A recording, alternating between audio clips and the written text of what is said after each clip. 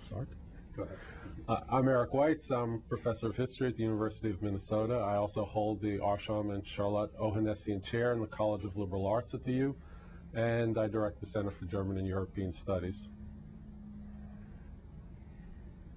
Explain to me, if you would, exactly what we're talking about in terms of what Armenia was prior to World War I and what happened after 1922.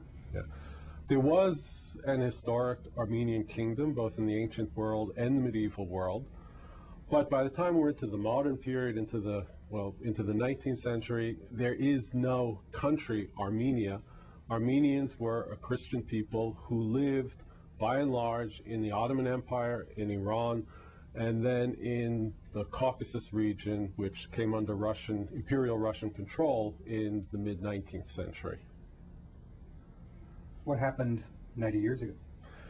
90 years ago, in 1915, the Young Turk government of the Ottoman Empire instituted the first total genocide of the 20th century.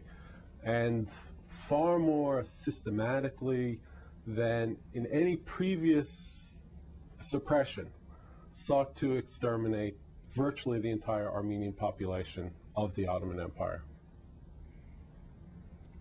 Why? The Ottoman Empire had been one of the great multi-ethnic, very large, multicultural pre-modern empires. By the time we get into the late 19th and early 20th centuries, the governing elite of the empire was moving toward a more exclusively nationalist, partly even racist vision of what the empire should look like. And imagine creating an empire that was exclusively Turkic. That meant that those populations that at one time had been protected, had been in a subordinate position, but had been protected, now came to be seen as threats to the very integrity of the empire and the vision the Young Turks had of recreating the empire in an even broader geographical area. The Armenians were the population that the Young Turks saw as most threatening their vision of an exclusively Turkic empire. So in the context then of World War I, the Young Turk regime escalated the repression, the murderous policies against Armenians. There had been massacres previously, 1895, 1909, and the massacres had indeed been horrible, and tens of thousands, even hundreds of thousands of people had been killed in those massacres.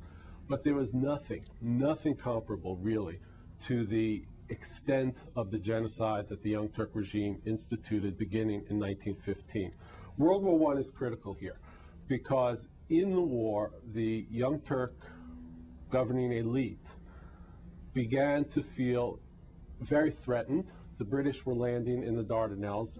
I should say the Ottoman Empire had become a German ally in World War I. The Young Turk government felt incredibly threatened by the British landings in the Dardanelles, the Gallipoli campaign, by defeats at the hands of the Russians in the Caucasus.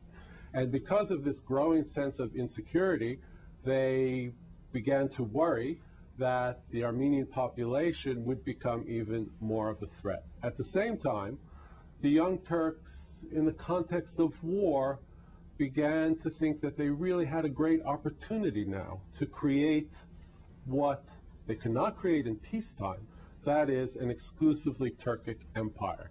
So it was the combination of feeling threatened, but also seeing a great opportunity in the emergency conditions of wartime, that they dramatically expanded the kinds of repressions that Armenians suffered under. So in World War I, we reach a totally new stage in terms of the repression of Armenians, a policy that goes beyond repression to the actual systematic murder of a huge proportion of the Armenian population. Give me a one sentence we can toss in if we need to, explaining why you're using the phrase Young Turks rather than just simply the Turkish government. What do you mean by Young Turks?